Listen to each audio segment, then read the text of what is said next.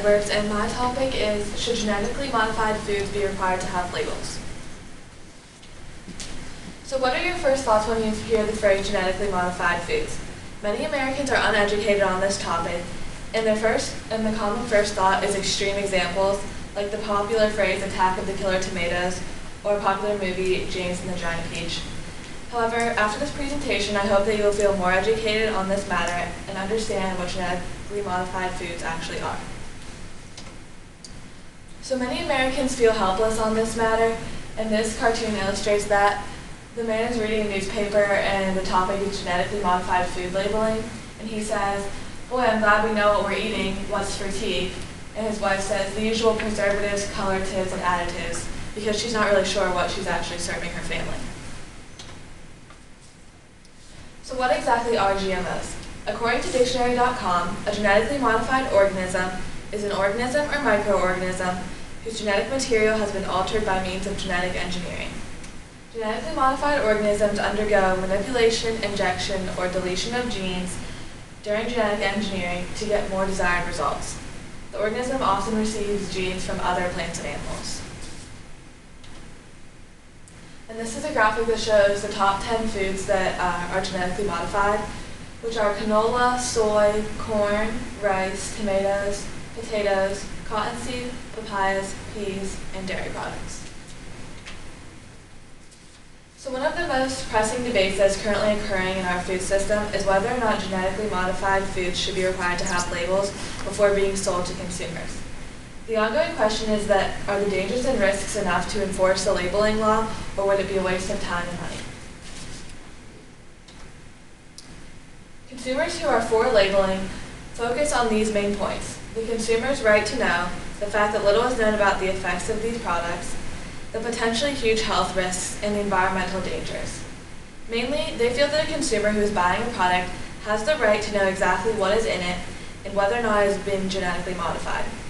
They also believe that not enough is known about what these products contain or what they will do to the body.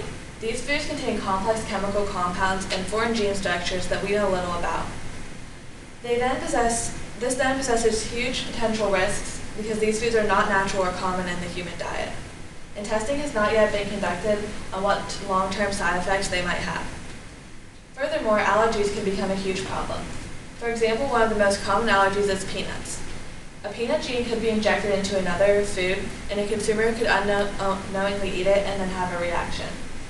Many problems like these are what labeling advocates are worried about. They also point out potential environmental issues like pollination with altered pollen being carried across the ecosystems, which could cause killing or even extinction of species. And this is an example of an ad campaign wanting consumers to vote yes on a pro-labeling bill. It says, under existing law, you won't know whether or not salmon contains the gene of an eel. So it's pointing out that we don't really know what's in our food, so that's why it needs to be labeled. There are also many people who have reasons to support being against labeling, and their main arguments are nutritional and agricultural benefits, solving world hunger, logistics and expense issues, and rapid and accurate modifications.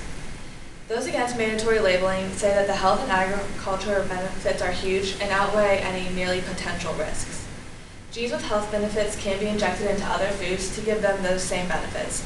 Also, genetic engineering can provide better pest resistance. A crop with a resistance gene could be injected into other crops to give them the same resistance and avoid using pesticides, which does cause environmental issues. Because of the benefits it has to farm production, the cost to the consumer would also lower. And genetic engineering yields faster production, so the supply and demand could be filled. And it is believed that with the ability to grow the crops faster, and in many different climates, that the malnutrition and hunger rates would lower. Furthermore, the opposed bring up the huge expenses this would add to the companies. Expenses this would add to the companies, and if they were being labeled, and this would raise the price for the consumer. The logistical issues of enforcing and making the law are also huge and unrealistic. So this is an ad campaign for those who are anti-labeling. And they said, why would this piece of pizza need a label, but not this one, which has the exact same ingredients? Because they believe the same products are being used, it's just some of the gene structure that is different. So if it's the same ingredients, they shouldn't require a label. So here are some current facts about genetically modified foods being used in the United States today.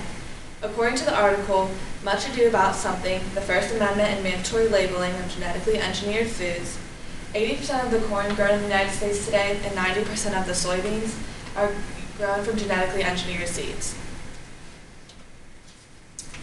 So around the world, laws are already in effect for mandatory labeling, and this is an ad that is pro-labeling, and it shows that the United States and Canada, which are the yellow, don't have any labeling laws, but over 50 countries across the world have strict restrictions or even bans on foods that are genetically engineered. And in their survey, 92% of Americans wanted the FDA to enforce labeling laws. So this is an ad that's encouraging people to vote yes.